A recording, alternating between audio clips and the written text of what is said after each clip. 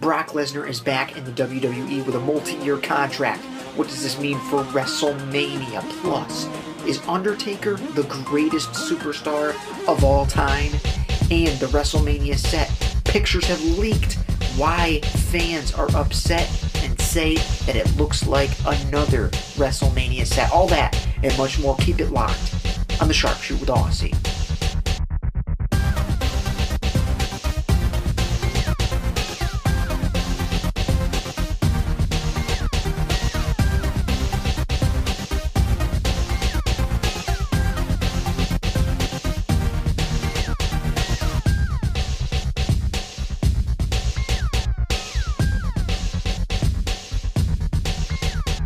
What's going on, road breakers and wrestling fans all across the world? I am your host, Aussie, and of course, this is the Sharpshoot with Aussie, and it's our WrestleMania edition. Give yourselves a pat on the back. Good job, good job.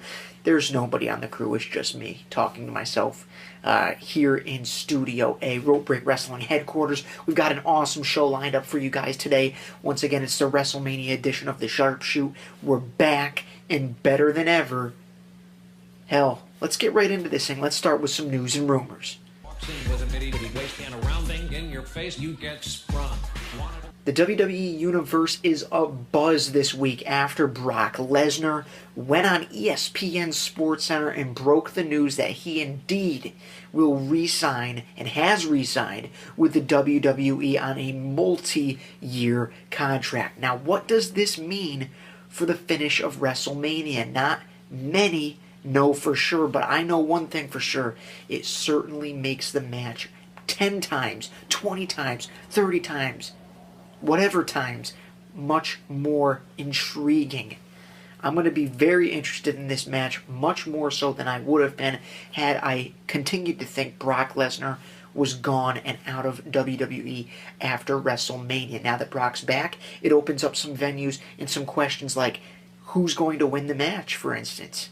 And is Brock Lesnar going to become a babyface? Because that's the number one rumor that's out there, is that Brock Lesnar is set to become the biggest babyface in the company after WrestleMania. Does that mean that we see Paul Heyman jump on the side of Roman Reigns? Roman Reigns turn heel? Or hell, maybe it means Seth Rollins comes down, stomps them both in the grill, and Heyman goes with Rollins. There's a lot of different scenarios that could happen with that match, all because Brock is staying with WWE. Had he not been staying with WWE, it kind of handcuffs them into a position where they have to put the strap on somebody else. Now, that still could happen at WrestleMania, or they could wait till the night after WrestleMania, or hell, Lesnar could retain and keep the belt for a little while longer. I know that scares a lot of people for me to say that, but it is what it is. And now that he is back, it makes that match much more intriguing. It's a big deal to me, and it ups the stakes for WrestleMania, bar none. The next story that's trending with RoadBreakWrestling.com and all across the WWE Universe is that of Nikki Bella's pipe bomb, or supposed pipe bomb, or whatever you want to call it, promo on AJ Lee on this week's edition of SmackDown. Now, obviously, the show airs before SmackDown, so we're not sure exactly if the show is going to feature this promo by Nikki Bella. We know that in the past, she's kind of gone off script, and she's suffered because they have cut bits and pieces out of her promos. The question is, do we see her shine tonight? A lot of people, most notably Max Landis, the guy that brought you wrestling, isn't wrestling, that awesome short featuring totally awesome writing, women, just pretty much everything that a wrestling fan could want. Max Landis, last week's real MVP, even though the show was the mime edition and we didn't have any audio. Max Landis went on, he said you have to watch SmackDown just for this promo, if nothing else. So I think with the publicity that it's getting, it really would be a shame if we do not see the Nikki Bella promo. Apparently she disses AJ. I don't want to give away too much, but apparently there's a diss thrown her way with regards to Brock Lesnar and AJ Lee defending her title less than Brock Lesnar when she was Divas Champion, something along those lines. Either way, I really want to see this promo. I think Nikki Bella has really grown over the past year, and, I don't understand why they would cut it out if they did. You got to wonder if it's scripted, it'll probably stay in. If it's not scripted, it might go. And that really raises eyebrows because that makes you wonder, are they holding the divas back? Do they not want them to shine a certain way? And it really makes me scratch my head. So we will see right after the show, once SmackDown goes on the air, we will find out exactly what happened with Nikki Bella and AJ Lee and whether or not WWE decided to play it on the show. I'm interested to know what you guys think. Do you think that if it's off script, they should stop it from airing and make the divas stick to script? Or do you think that they should take the ball and roll with it, especially when somebody is using their own creativity? Of course, you can chime in right here below in the comments or by tweeting us at Rope Break Wrestling. You can also tweet me at IamAussie. And of course, use the hashtag Sharpshoot. Our final bit of news and rumors is that regarding the WrestleMania set, the WrestleMania 31 set. There's been several leaked pictures online. Rope Break Wrestling has brought them both to you via our Facebook page, and if you haven't seen them, go check them out. If you don't want to see them, cover your eyes, do what you got to do, but I'm going to show them right here on the Sharpshoot for you guys. Take a look at these pictures, and I'll tell you what, a lot of people are actually disappointed so far in what's going on and what they've seen in the WrestleMania 31 set pictures. I've seen a good majority of people, even somebody right on our Facebook page saying that, hey, looks like a WrestleMania 28 remake. And, you know, people are saying, it looks like the Raw stage, blah, blah, blah. Listen, people, I know that we get a little bit upset and we think, oh, they're not being creative, this, that. There's really not much to see in those pictures there. Obviously, we can see the WrestleMania and what appears to be the play sign that's going to be going through there on the video board. But just because you see that and it's a lower level, and by lower level I mean it's a little bit of a shorter display than we've seen in many years, that doesn't necessarily mean that it's going to be a WrestleMania 28 remake. The colorway is going to be completely different. I highly doubt there's going to be palm trees. There's really a lot of stuff that goes into the WrestleMania set, and I think it's way too early to call whether or not it's going to be awesome or terrible or whatnot. But one fan did bring up something interesting on our Facebook page by saying that it could be a Terminator theme. We've heard rumors that Triple H's entrance could be Terminator themed, based on Arnold Schwarzenegger's induction into the Hall of Fame. So that'll be interesting to see what exactly they do with the WrestleMania set. I'm interested again to know what you guys think, and you can chime in again by commenting below here. Let us know. Do you think it's going to suck? Do you think it's going to be awesome? Do you think we need to give them more time? Maybe see it in its entirety before we start making judgments? Or is that kind of what we do nowadays, is we just slap a judgment on anything based on the fact that we're wrestling hipsters? Let me know, and of course, tweet us again at Rope Break Wrestling. Now, let's get into my favorite segment. It's the real MVP. You the real MVP. This week's real MVP, once again, does not come directly from Monday Night Raw. Yes, they were on Monday Night Raw, but it wasn't their performance on Monday Night Raw that earned them the real MVP title. This week, it's actually going to Brock Lesnar. Yes, Brock Lesnar, the guy that's been WWE World Heavyweight Champion since SummerSlam. He hasn't defended the title that often, but he is this week's real MVP. And really the only reason necessary for me to tell you that he's the MVP is because he re-signed with WWE. This is a big deal for WWE.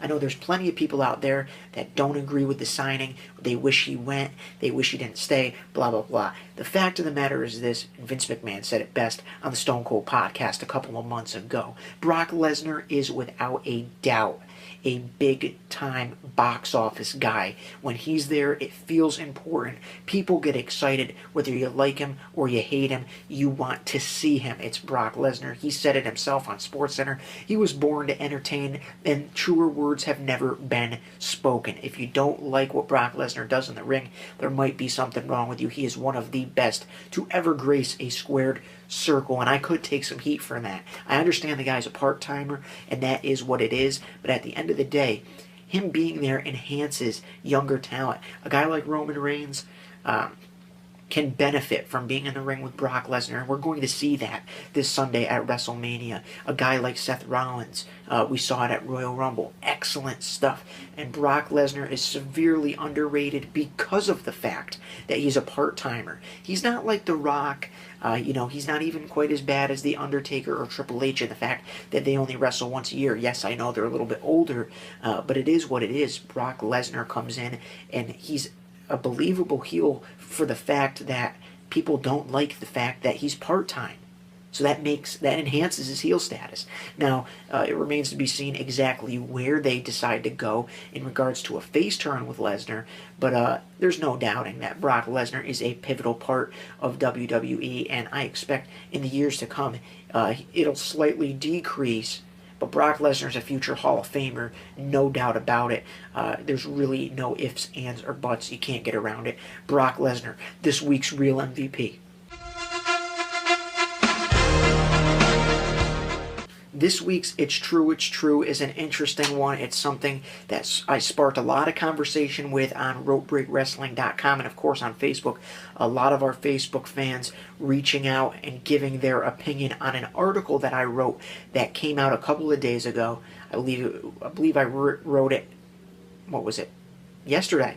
Yeah, it was yesterday morning, or yesterday afternoon, I should say.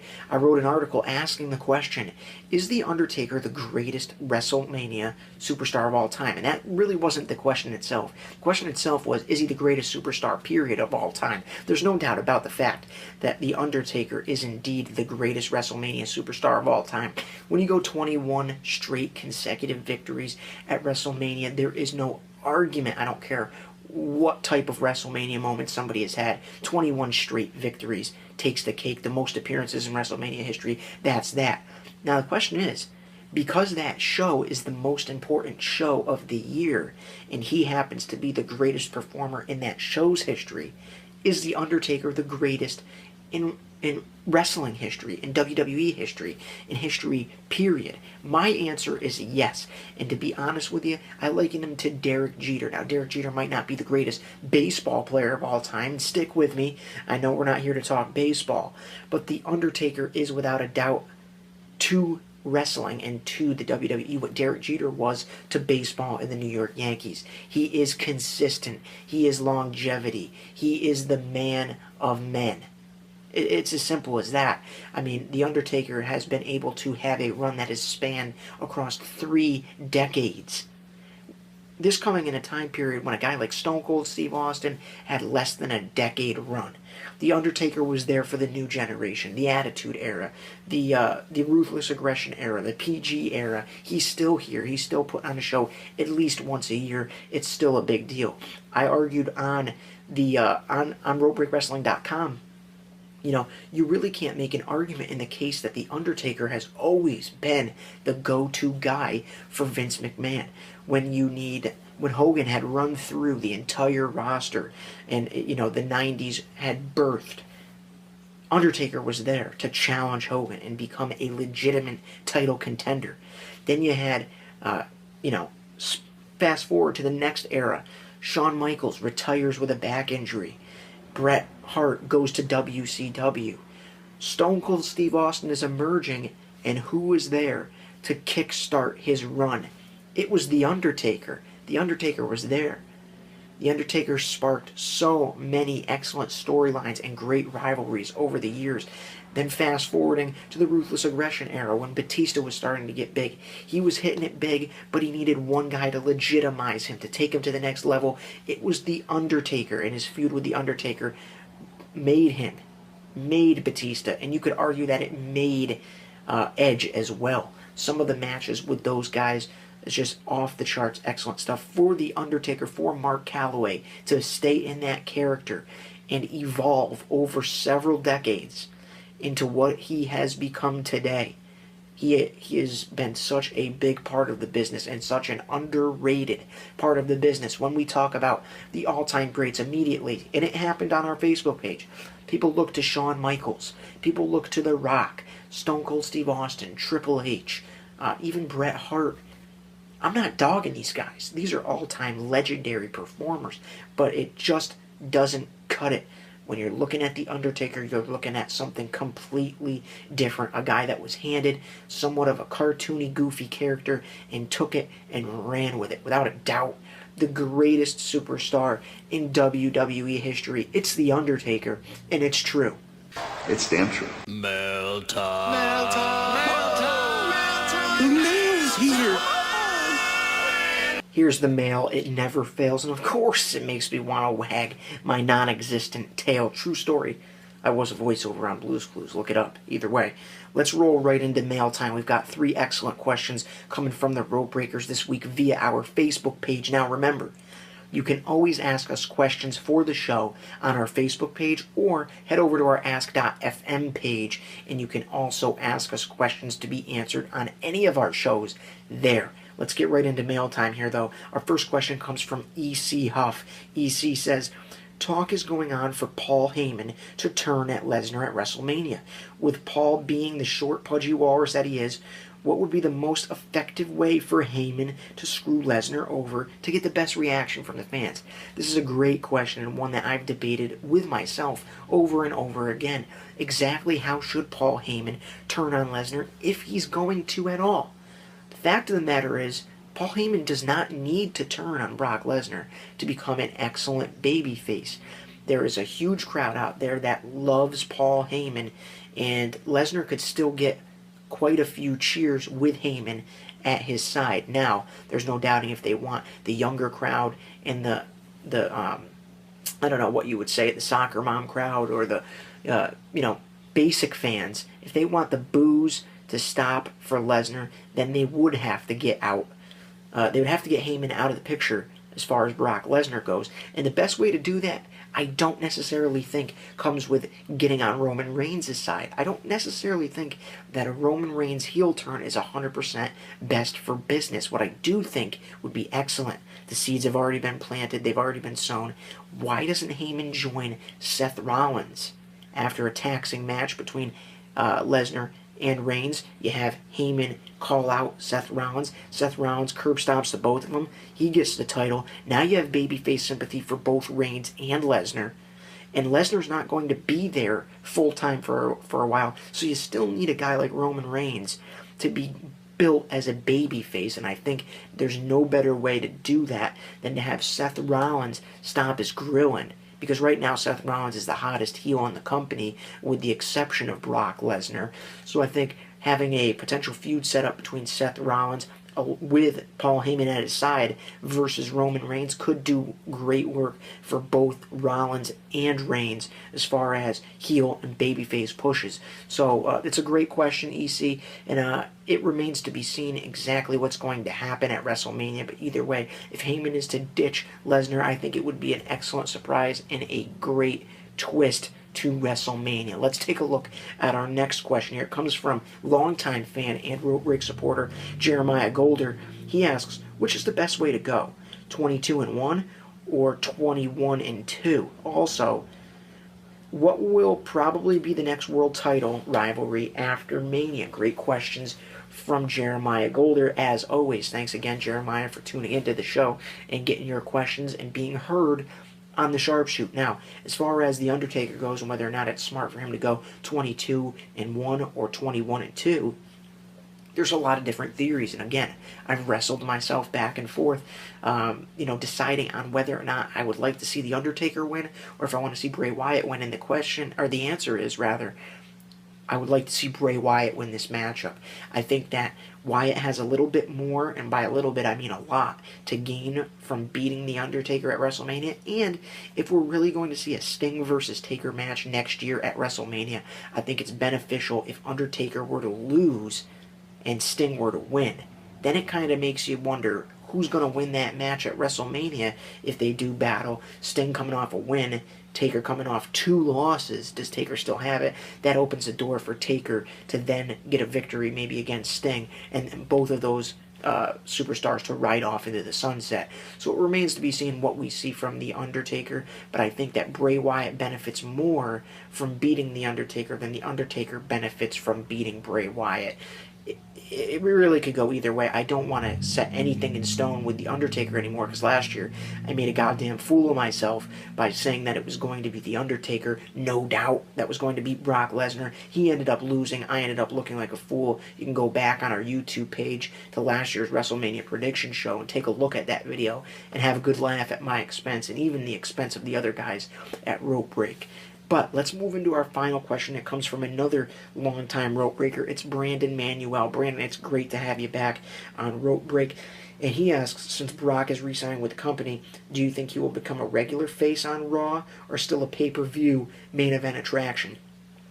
This one's an easy answer for me. Brock kind of confirmed it himself on ESPN. He's still going to stay a pay-per-view main event mainstay. Probably the big 4 pay-per-views, maybe even only 3 to 4 pay-per-views a year. But Brock Lesnar's going to remain a part-timer. There's no way he's going to be on Raw. The number one reason why he quit WWE in the first place was because of the mileage. And he said it on ESPN. He said, there's an old saying in the company that goes, "It's all fake, but the mileage in the what? Well, let me just have Brock tell it to you, Brock."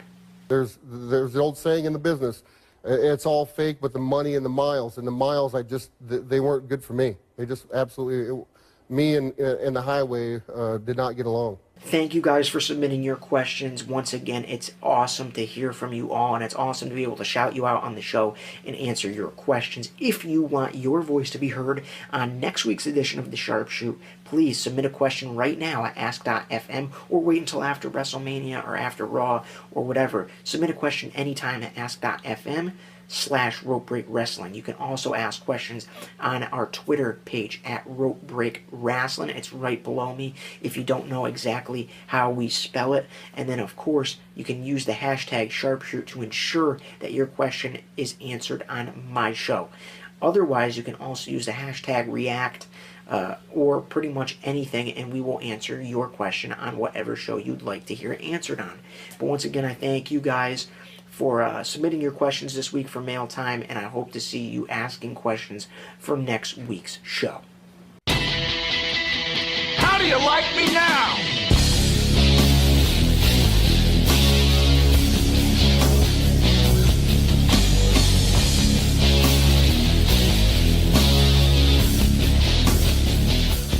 This week's How Do You Like Me Now is going to come from this past Monday night's episode of React After Raw. If you're not familiar with React After Raw, it's a reaction show that airs live after Raw every Monday night with my main man, Alec Kozubsky, as the host. Last week, or this past Monday, we had a full house. It was Alec, Matt, and myself on React After Raw, and the topic came up of celebrity hosts and celebrity appearances on Monday Night Raw.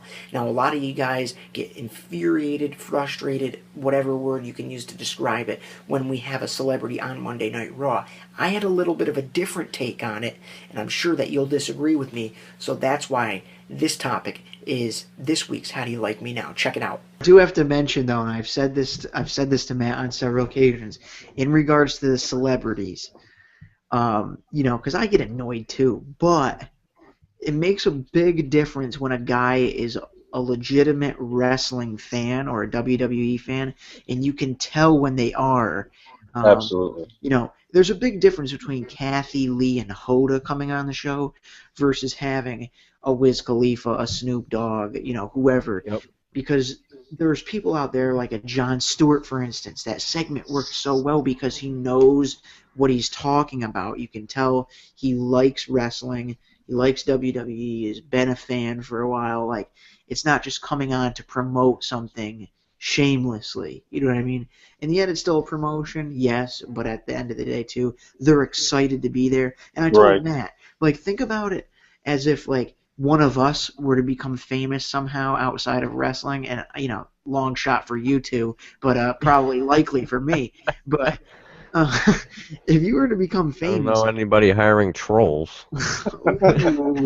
If you were to become famous, though, just think about it. We're all diehard wrestling fans here. Imagine if we had the opportunity to host Raw or some shit like that, and you're so geeked out and excited, and you show up and you just get booed out of the building just for the fact that you're not fucking Dolph Ziggler. I think it's bullshit. I think it's because of wrestling hipsters these days are just ridiculous. Like, oh my God, I just want to see wrestling, and that's it. I just want to see Dean Malenko, Eddie Guerrero for 3 hours straight, and that's it. Like, there's got to be some sort of entertainment piss break for some people, entertainment for others. It's got to be there. You know what I mean? Right. How do you like me now?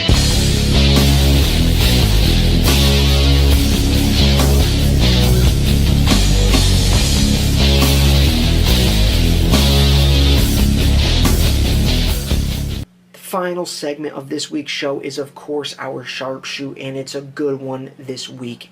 We're talking about WrestleMania and whether or not you're a real fan of WWE. Now, I understand that there's a fad, a trend, a whatever going on out there with tons of wrestling fans right now, and what I like to call it is becoming a wrestling hipster.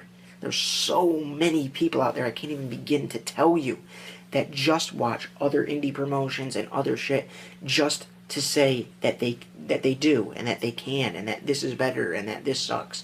And there's a select group of fans out there that dog every single thing that WWE does just because that's the cool thing to do. It's cool to like the indies, the underground, to not like the mainstream, the man, WWE. I think it's a bunch of bogus bullshit, and I think it's absolutely stupid, and I'll tell you why. If you're a wrestling fan, you're a wrestling fan. End of story. I'm a wrestling fan. I'm a sports entertainment fan.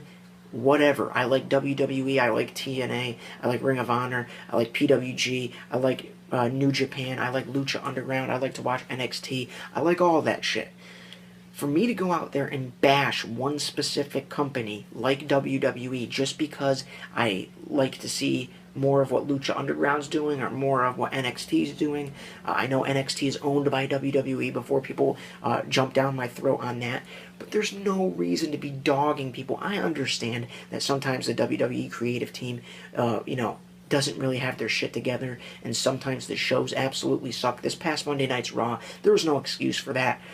There was some really weak spots in that go-home episode of the show, but really, it's like any other show you watch on TV.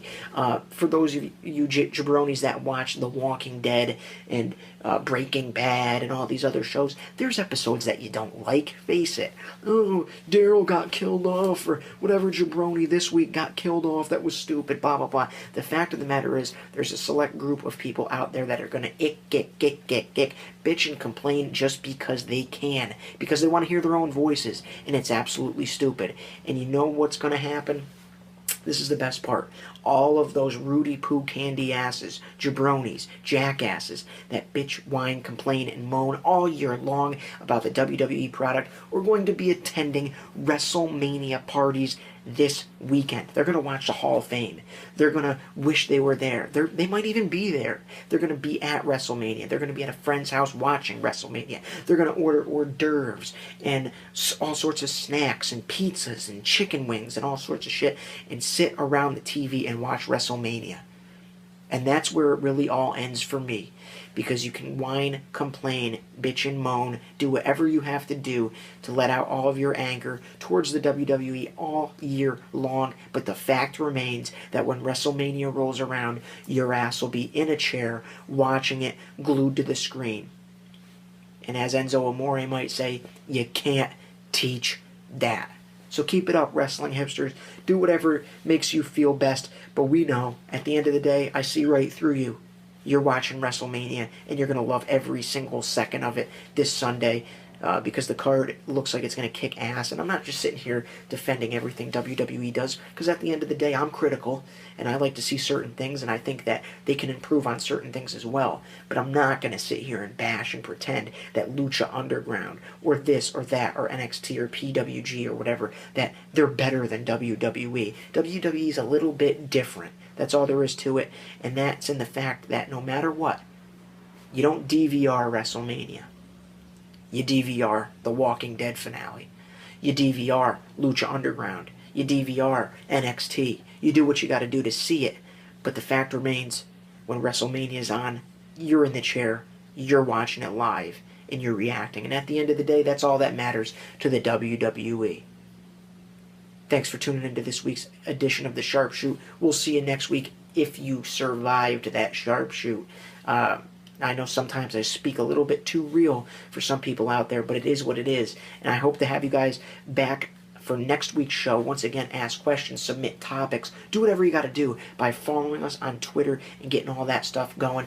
Tune in tomorrow for our episode 2 of the Road to WrestleMania podcast. Good shit's going to be going on there, and we're going to be announcing our WrestleMania giveaways. And then Saturday, our WrestleMania roundtable will be giving all of our predictions for the show of shows. And Sunday, when the show goes down, we will be airing our reaction show live during all 4 hours of WrestleMania. You'll be able to sit there and react with the Rope Break crew and win some prizes while you're at it. So keep it locked right here on this YouTube channel. If you don't already subscribe, please hit subscribe. Please tell your friends to subscribe. And remember, I'm opening this up to everybody out there.